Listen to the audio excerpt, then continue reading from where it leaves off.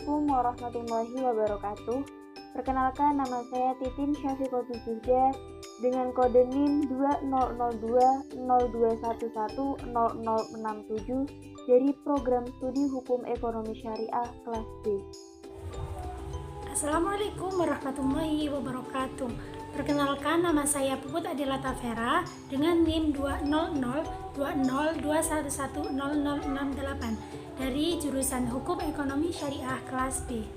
Assalamualaikum warahmatullahi wabarakatuh. Perkenalkan, nama saya Muhammad Adil Fadlan, NIM 20020211109, jurusan Hukum Ekonomi Syariah kelas B. Di sini kami akan mempresentasikan hasil kerja kelompok kami, yaitu tentang hukum internasional. Bismillahirrahmanirrahim. Saya Puput Adela akan menyampaikan materi mengenai urgensi hukum perdata internasional. Semakin berkembangnya tatanan dunia, hubungan masyarakat pun semakin kompleks seiring dengan semakin luasnya cakupan yang tidak lagi dibatasi oleh batas teritorial, misalnya batas suatu negara. Hubungan antar masyarakat ini secara otomatis akan menimbulkan hubungan hukum yang melibatkan tidak hanya pihak-pihak yang masih dalam satu teritorial atau negara tersebut saja, tetapi tidak menutup kemungkinan melibatkan pihak-pihak asing, individu-individu dari asing, atau unsur-unsur asing lainnya. Disinilah letak diperlukannya hukum perdata internasional, yang diharapkan menjadi solusi persoalan di mana terkait unsur-unsur asing tersebut.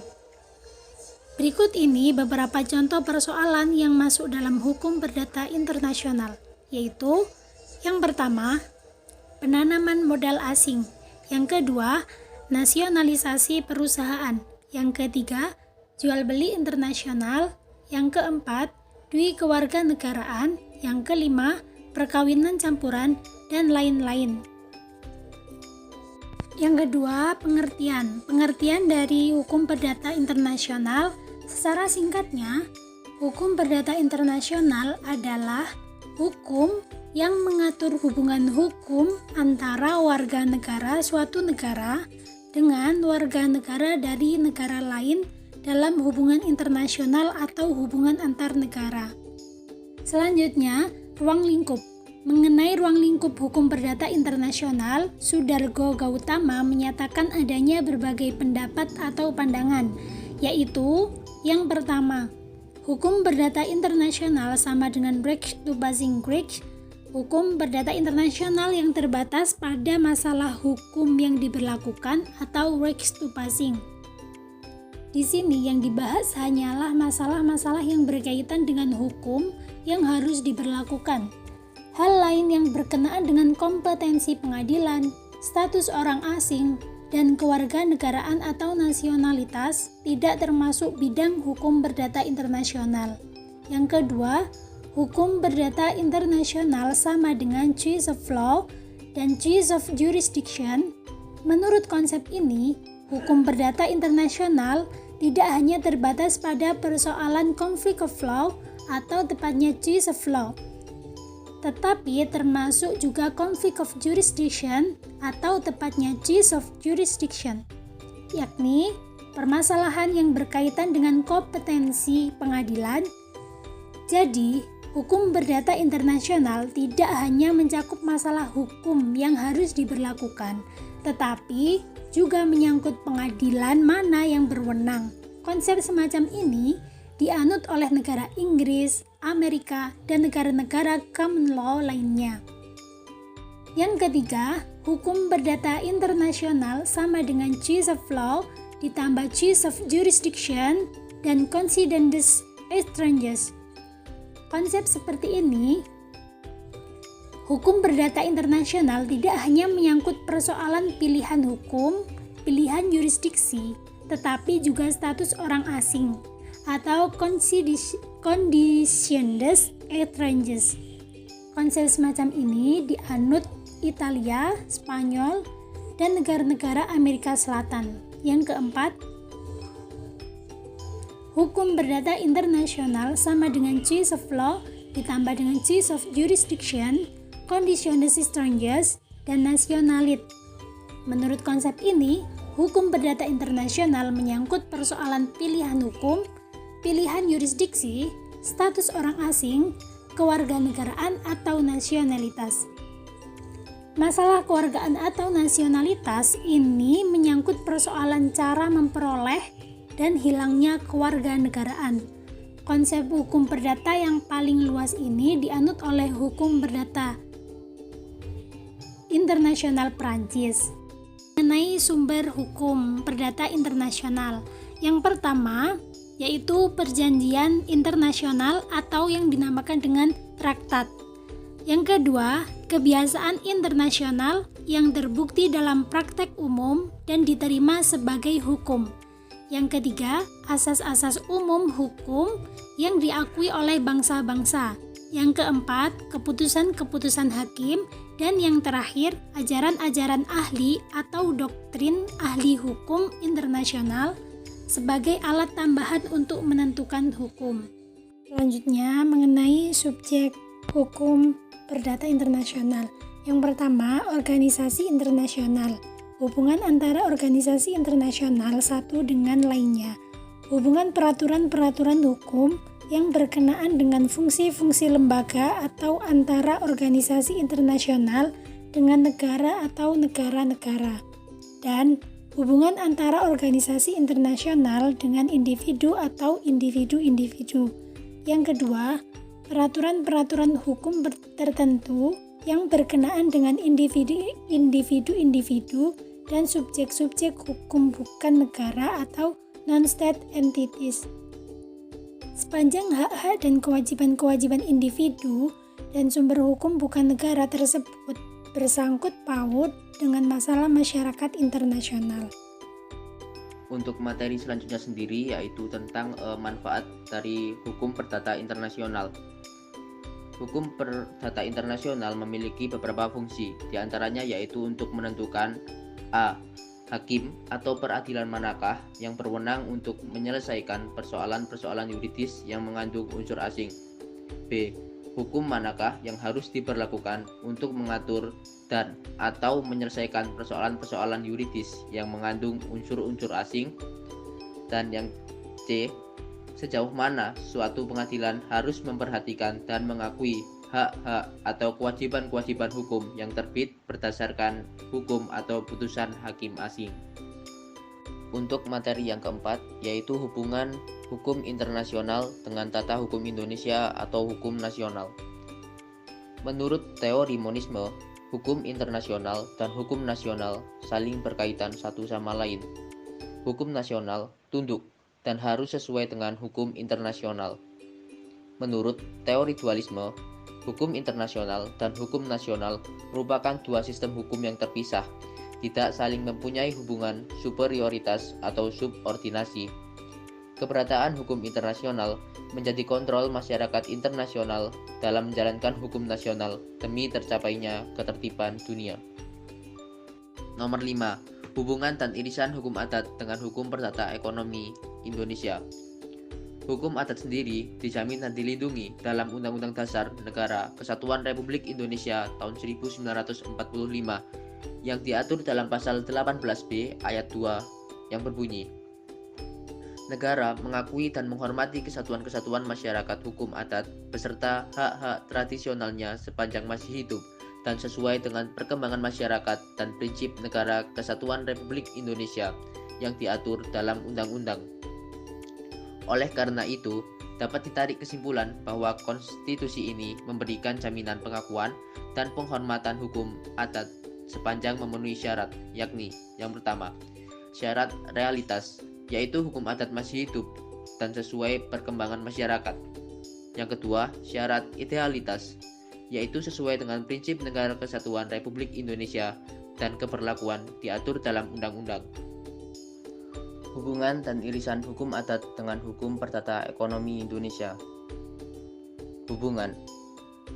Hukum adat merupakan salah satu sumber yang penting untuk memperoleh bahan pertimbangan bagi hukum perdata ekonomi Indonesia, baik untuk dijadikan hukum nasional maupun dalam memutus suatu perkara perdata ekonomi. Penggunaan tersebut dirumuskan untuk memenuhi kebutuhan masyarakat dengan dimodernisasikan dan disesuaikan dengan kebutuhan zaman, juga diatur sehingga tidak menyeleweng dari Pancasila dan Undang-Undang Dasar Negara Republik Indonesia tahun 1945. Hukum adat juga sebagai hukum kebiasaan tetap menjadi sumber hukum selama belum adanya hukum nasional, utamanya Hukum Perdata Ekonomi Indonesia yang mengatur tentang perkara tersebut. Irisan. Dalam hukum perdata, BW, hukum perikatan bersifat terbuka, yang berarti setiap perikatan memberikan kemungkinan setiap orang untuk mengadakan berbagai bentuk perjanjian, dan hukum kebendaan bersifat tertutup, yang artinya seseorang tidak dapat membuat hak-hak kebendaan baru selain yang sudah ditetapkan dalam undang-undang. Jadi, hak kebendaan yang diakui adalah hak yang sudah diatur dalam undang-undang. Sedangkan hukum adat tidak ada pemisahan seperti itu. Tidak ada pembedaan antara hukum perikatan dan hukum kebendaan. Namun demikian, sekalipun tidak dinyatakan secara tegas tentang doktrin-doktrin yang demikian itu, bukan berarti tidak ada. Dalam hukum adat, yang berintikan pada sifatnya yang harmoni, yaitu selaras, serasi, dan seimbang, maka dasar yang lahir dari sana ialah asas kesepahaman. Kesepahaman ini bukan hanya persoalan materi, tetapi juga persoalan batin, yaitu harmoni lahir batin. Keuntungan yang diambil tidak harus dalam bentuk materi, melainkan juga keuntungan persaudaraan atau batin sana. Sekalipun kehilangan materi secara normatif, tetapi di sisi lain diperoleh persaudaraan, maka perjanjian dalam bidang hukum kebendaan tersebut sudah menemukan tempatnya. Nomor 6. Hukum benda dalam hukum perdata internasional. Bidang hukum benda merupakan salah satu bagian dari kajian hukum perdata internasional. Di sampingnya, terdapat bidang hukum perkawinan dan bidang hukum kontrak. Hukum perdata internasional mempunyai beberapa asas untuk menjamin berlangsungnya hukum benda ini, antara lain: A. Asas nasionalitas, disebut juga asas kebangsaan. Secara umum merupakan asas yang menempatkan kepentingan, keperluan, dan untuk sepenuhnya bagi masyarakat di suatu wilayah negara tersebut. B. Asas domisili. Berdasarkan asas ini, status dan kewenangan personal seseorang ditentukan berdasarkan hukum domisili atau hukum tempat kediaman permanen orang tersebut. C. Lex situs. Perkara-perkara yang menyangkut benda-benda tidak bergerak tunduk pada hukum dari di mana benda itu berada atau terletak. D. Lex fori. Mendasarkan kepada hukum dan tempat gugatan atas benda itu diajukan. E. Lex loci contractus. Mendasarkan kepada hukum di mana diputus di tempat pembuatan kontrak kebendaan. F. Choice of law. Sistem hukum yang dipilih oleh para pihak dalam perjanjian yang menyangkut benda-benda itu. G. The most substantial connection, yang memiliki kaitan yang paling nyata dan substansial terhadap transaksi yang menyangkut benda tersebut. H. The most characteristic connection. Diberlakukan sistem hukum di mana tempatnya berasal dari pihak yang dianggap memberikan prestasi khas atau suatu jenis dalam kontrak benda tertentu. Baiklah, saya Titin Syafiqotu Zuhda akan melanjutkan materi tentang hukum internasional. Untuk poin selanjutnya, yaitu hukum perikatan dalam hukum perdata internasional. Kontrak atau perikatan adalah persetujuan di antara dua atau lebih orang yang berisi sebuah janji atau janji-janji yang bertimbal balik yang diakui berdasarkan hukum, atau yang pelaksanaannya diakui sebagai suatu kewajiban hukum. Nah, untuk mencari hukum yang berlaku applicable law dalam suatu kontrak yang mengandung unsur HPI digunakan bantuan titik-titik pertalian atau titik taut sekunder. Di antaranya adalah pilihan hukum, tempat ditandatanginya kontrak atau tempat dilaksanakannya kontrak. Secara lebih rinci, bantuan tersebut seperti yang pertama, pilihan hukum, choice of law, atau asas kebebasan para pihak parti autonomi. Sesuai dengan asas kebebasan berkontrak, maka para pihak dalam suatu perjanjian atau kontrak bebas menentukan isi dan bentuk suatu perjanjian, termasuk untuk menentukan pilihan hukum. Kemudian, apa yang telah disepakati oleh kedua belah pihak tadi berlaku sebagai undang-undang bagi kedua belah pihak dalam suatu kontrak. Yang kedua, pilihan hukum dengan lex mercatorio, yaitu dengan menggunakan prinsip-prinsip dan kebiasaan-kebiasaan yang diterima secara umum dalam praktek perdagangan internasional tanpa merujuk kepada suatu sistem hukum nasional tertentu. Yang ketiga, lex loci contractus, berlaku hukum dari tempat pembuatan kontrak. Yang keempat, lex loci solution, hukum yang berlaku bagi suatu kontrak adalah tempat di mana kontrak tersebut dilaksanakan.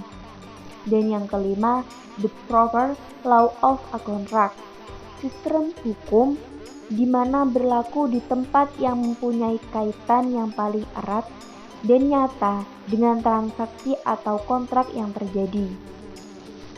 Dan yang terakhir, the most characteristic connection, diberlakukan hukum di tempat dari pihak yang dianggap memberikan prestasi yang khas dalam suatu jenis atau bentuk kontrak tertentu.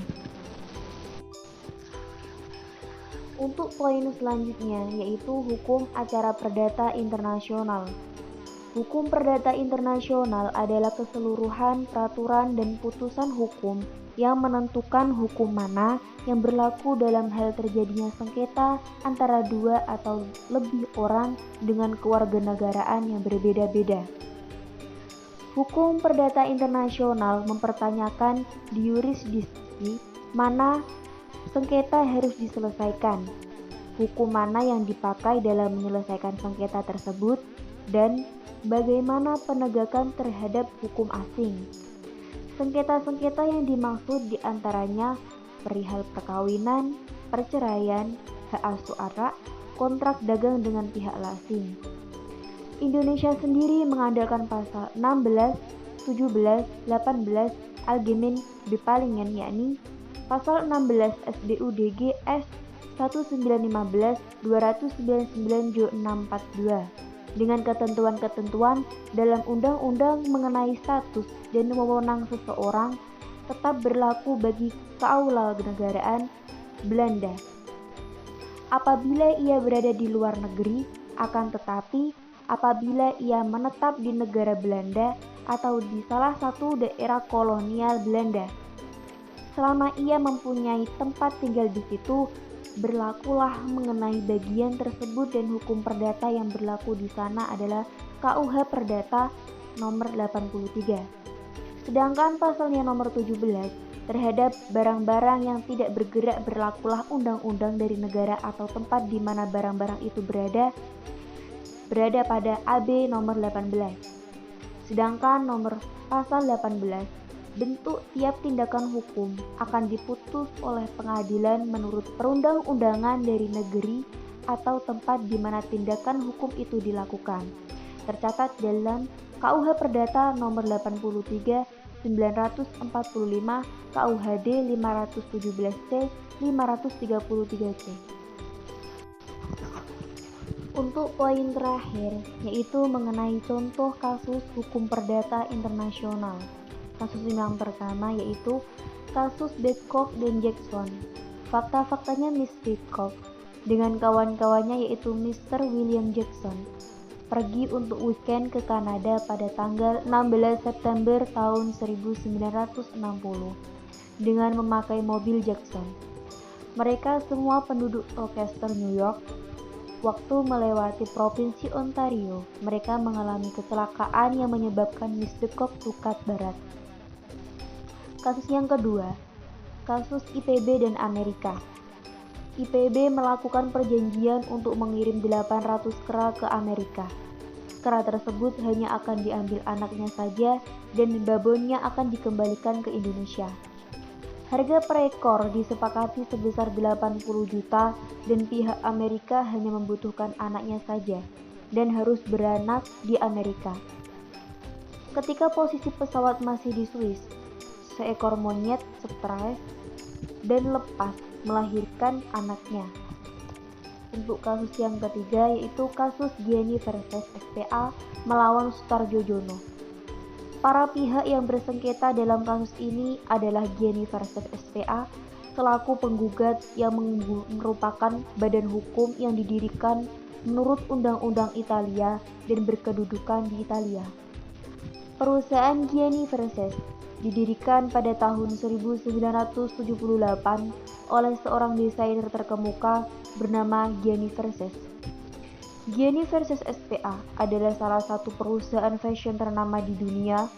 Perusahaan ini mendesain, memproduksi, dan mendistribusikan produknya yang berupa busana, perhiasan, kosmetik, parfum, dan produk fashion sejenisnya. Sekian, terima kasih. Wassalamualaikum warahmatullahi wabarakatuh.